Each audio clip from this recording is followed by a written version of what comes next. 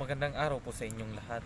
Para sa aming gawain ngayon ay maghanap po kami ng dalawang mag-aaral na makapagbibigay ng kanilang mga opinyon at karanasan tungkol sa komunikasyong Pilipino.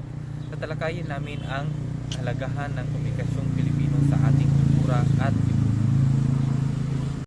Ngayon po ay ating pong mapanayam si Binibining Judea. At Binibining Judea, ito po ang mga paano mo ipapaliwanag sa mga kabataan ang kalagahan ng paggamit ng po at opo sa pag-usap sa nakakatanda?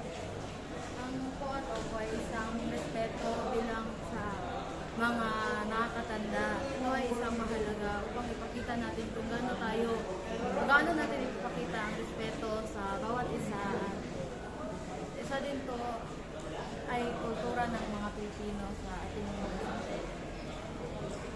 Binibining Judea, ang pangalawang tanong, ano ang papel ng non-verbal na komunikasyon tulad ng galaw ng katawan at ekspresyon ng muka sa inyong pamilya o komunidad? Ang galaw ng katawan na ekspresyon ng mukha ay nakakatulong sa ating pamilya sapagkat itong expression ay isang simbolo kung paano tayo sa pamilya natin, paano tayo gumalaw o sa komunidad. Ito ay nakakatulong upang mapakita natin sa mga tao kung paano tayo sa loob ng pamilya. Binibining Judea, ito ang pangatlong tanong. Ano ang kahalagahan ng pagkipagkwentuhan, chismisan sa mga Pilipino at paano ito nakakatulong sa pagpalalim ng ugnayan sa mga tao?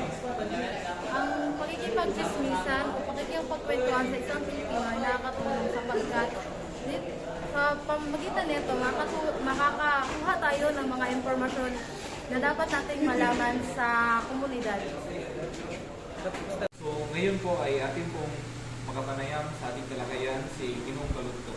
So Ginoong Balugto, ang katanungan ay paano mo ipapaliwanag sa mga kabataan ang kalagahan ng paggamit ng po at opo sa pagkikipag-usap sa nakakatanda? Ang kalagahan ng po ay opo ay pagpapakita na respeto sa kanila.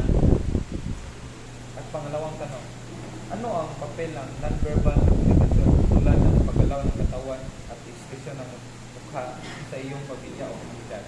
Ang non-verbal na komunikasyon ay ang pagpapakita ng emosyon at pag-uunawa sa mga tao.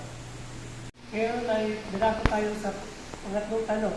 Ginoong Balugto, ano ang kalagahan ng pakikipagkwentuhan, chismisan sa mga Pilipino at paano ito nakakatulong sa pagpalalim ng ugnayan ng mga tao? Ang kalagahan ng kwentuhan at chismisan ay isang paraan ng paglalim ng ugnayan sa mga mamamayan. Ngayon ay dadako tayo sa pangapat at huling tanong.